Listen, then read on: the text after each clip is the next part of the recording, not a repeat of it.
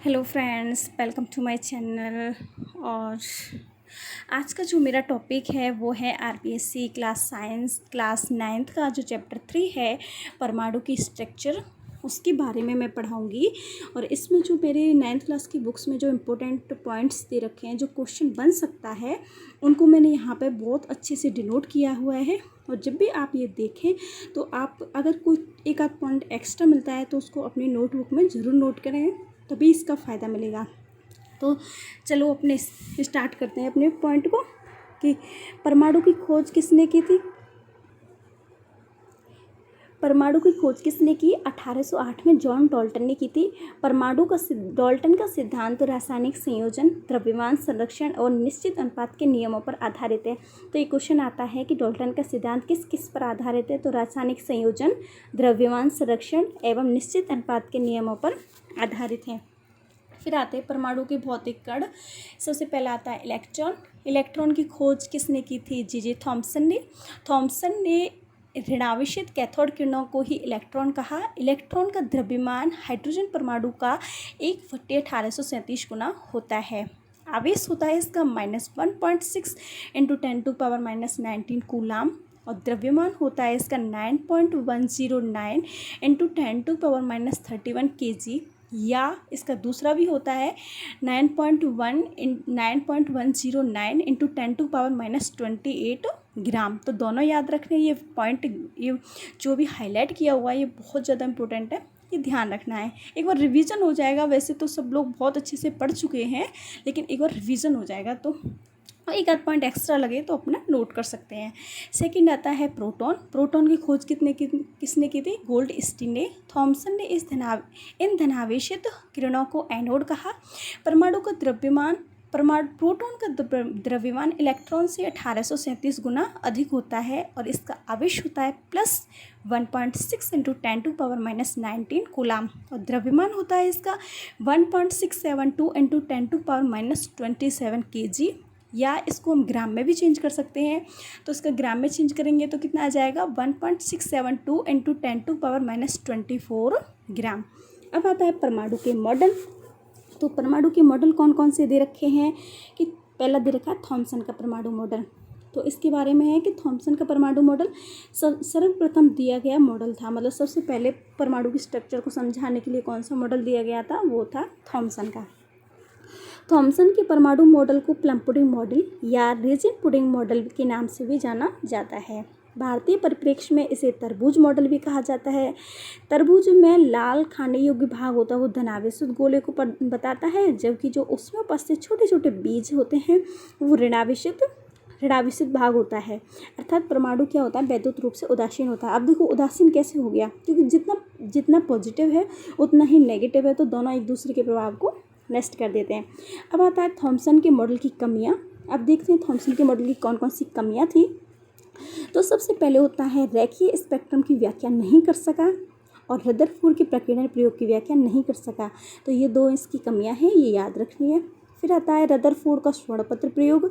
इसे अल्फा कण प्रकीर्णन प्रयोग भी कहा जाता है। मतलब दोनों नाम है, कुछ भी आ सकता है कि अल्फा कण प्रकीर्णन प्रयोग किसने दिया? रदरफोर्ड ने। रदरफोर्ड का कौन सा मॉडल है? स्वर्णपत्र प्रयोग। फिर इसके जो इसमें सहयोगी थे वो थे गीगर, मार्सडेन। फिर आता है स्वर्णपत्र की मोटाई, ये थी 100 नैनोमीटर या 10⁻⁻7 मीटर। ठीक है। फिर आता है अल्फा करते वो He4 मतलब हीलियम के नाविक थे, और इसके जो लेपित पदार्थ था वो था जिंक सल्फाइड का, मतलब ZnS का। फिर आता है प्रेक्षण, मतलब कि प्रयोग के दौरान इन्होंने क्या क्या देखा कि अधिकांश अल्फा कण स्वर्णपथ को चीरते हुए सीधे निकल गए, कुछ अल्फा कण किसी कोण से विचलित हुए, लगभग 20,000 में से एक अल्फा कण होता अपने पथ पर लौटा। फिर आता है इसके निष्कर्ष। सबसे पहले आता है अधिकांश अल्फा कण जो सीधे निकल गए, क्योंकि परमाणु का अधिकांश भाग कैसा होता है? खाली होता है। समस्त धनावेश परमाणु में एक जगह पर केंद्रित होता है। इस धनावेशित भाग को नाभिक कहते हैं। नाभिक की खोज की थी अर्नेस्ट रदरफोर्ड ने, और नाभिक की त्रिज्या होती है 10⁻⁻15 मीटर। अब यहाँ पे एक पॉइंट एक्स्ट्रा बताते हैं कि जो परमाणु का आकार होता है वो कितना होता है? 10⁻⁻10 मीटर या 10⁻⁸ सेंटीमीटर। और फिर आता है ऋणावेशित इलेक्ट्रॉन नाभिक के चारों ओर जिन वृत्ताकार पथों में चक्कर लगाते हैं, इन वृत्ताकार पथों को कक्ष या कोष कहा जाता है। धनावेशित नाभिक व ऋणावेशित इलेक्ट्रॉन के मध्य लगने वाला स्थिर वैद्युत आकर्षण बल इलेक्ट्रॉन के अभिकेंद्रीय बल से संतुलित रहता है। अब आता है इसकी मॉडल की कमियां क्या क्या थी। तो पहले तो अपने थॉमसन के मॉडल की कमियां देखी थी। अब आता है रदरफोर्ड के मॉडल की कमियां। तो वो है सबसे पहले कि धनावेशित नाभिक के चारों ओर घूमता ऋण आवेशित इलेक्ट्रॉन त्वरण के कारण ऊर्जा विकिरण उत्सर्जित करेगा, जिससे ऊर्जा में लगातार कमी होगी। वह इलेक्ट्रॉन अंततः नाभिक में गिर जाएगा और परमाणु स्थायी नहीं रहेगा।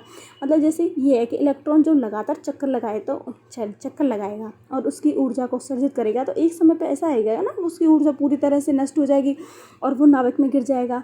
लेकिन ऐसा नहीं होता है, ये गिर नहीं पाता और परमाणु स्थायी रहता है। तो उसके बारे में नहीं बताया कि इसके कारण क्या है। और सेकंड है इसकी कि रदरफोर्ड परमाणु के इलेक्ट्रॉन के लिए निश्चित पथ नहीं बता सका कि इलेक्ट्रॉन कौन कौन सी कक्षकों में चक्कर लगाएंगे। अब आती है न्यूट्रॉन की खोज। न्यूट्रॉन की खोज की थी जेम्स चैडविक ने। न्यूट्रॉन का द्रव्यमान होता है 1.674 × 10⁻⁻27 kg। अब आता है बोर का हाइड्रोजन परमाणु मॉडल। हाइड्रोजन परमाणु में इलेक्ट्रॉन निश्चित त्रिज्या एवं ऊर्जा की वृत्ताकार कक्षाओं में ही गति करते हैं। इन्हें कक्ष या कोष कहा जाता है। इन कक्षों को 1 2 3 4 या के एलेमेनों से प्रदर्शित करते हैं। इन कक्षों में इलेक्ट्रॉन का कोणीय संवेग होता है, h/2π का गुणज होता है। एक निश्चित कक्षा में चक्कर लगाने पर इलेक्ट्रॉन की ऊर्जा में कोई परिवर्तन नहीं होता है, परंतु उच्च ऊर्जा से निम्न ऊर्जा, मतलब इसमें बताया गया है कि जैसे मतलब इलेक्ट्रॉन है, अब वो एक निश्चित कक्षा में चक्कर लगा रहा है तो उसकी ऊर्जा में कोई परिवर्तन नहीं होगा, मतलब ना तो उसकी ऊर्जा कम होगी और ना ही उसकी बढ़ेगी। लेकिन जैसे ही वो निम्न ऊर्जा स्तर से उच्च ऊर्जा स्तर में जाएगा तो उसको ऊर्जा की आवश्यकता होगी, मतलब वो ऊर्जा का अवशोषण करेगा। और जैसे ही वो उच्च ऊर्जा स्तर से निम्न ऊर्जा स्तर में आएगा तो अपनी ऊर्जा का उत्सर्जन करेगा। अब आती है सहसंयोजक त्रिज्या। सहसंयोजक जो त्रिज्या है, इसमें डेफिनेशन इंपॉर्टेंट होती है, इसी की सीधी पूछ ली जाती है कि समान परमाणुओं द्वारा बनाए गए एकल सहसंयोजक बंध की दूरी का आधा सहसंयोजक त्रिज्या कहलाती है। ये इसका एग्जाम्पल दे रखा है 9th क्लास की बुक में, जो इम्पोर्टेंट है कि क्लोरीन के 2 परमाणुओं के नाभिकों के मध्य दूरी का आधा होता है, जो कितना होता है 99 एंगस्ट्रॉम ही परमाणुीय त्रिज्या माना जाता है। 1 एंगस्ट्रॉम बराबर 10⁻10 मीटर या 10⁻8 सेंटीमीटर। अब आती है धात्विक त्रिज्या। धात्विक क्रिस्टल में उपस्थित 2 परमाणुओं के मध्य की दूरी का आधा धात्विक त्रिज्या कहलाती है। फिर आती है द्रव्यमान संख्या। एक परमाणु की नाभिक में उपस्थित न्यूक्लियनों की कुल संख्या, मतलब प्रोटॉन प्लस न्यूट्रॉन की संख्या को अपन क्या बोलते हैं, द्रव्यमान संख्या बोलते हैं। इसे ई से प्रदर्शित करते हैं। ई बराबर कितना होता है, Z+N, मतलब Z तो प्रोटॉनों की संख्या हो जाएगी, प्रोटॉनों की संख्या को परमाणु क्रमांक बोलते हैं, और N हो जाएगी न्यूट्रॉनों की संख्या। किसी परमाणु में उपस्थित प्रोटॉन की संख्या उसकी परमाणु क्रमांक कहलाती है। अब इसमें एक पॉइंट है, ये इसकी फैक्चुअल क्वेश्चन है, ये याद रखना है कि एवोगाद्रो संख्या की जो वैल्यू होती है वो होती है 6.022 × 10⁻23 और सामान्य दापक पदार्थ के 1 मोल का आयतन होता है 24.4 लीटर। फिर एक ऐसी पॉइंट दे रखा है कि प्रत्येक कक्षा में इलेक्ट्रॉनों की संख्या 2n² होती है, जिसे हम जानते हैं कि पहली कक्षा है तो n बराबर 1 रखेंगे तो 2 × 1 का स्क्वायर 1 हो जाएगा, 2 × 1 बराबर 2, मतलब पहले कक्षा में इलेक्ट्रॉनों की संख्या कितनी हो जाएगी 2।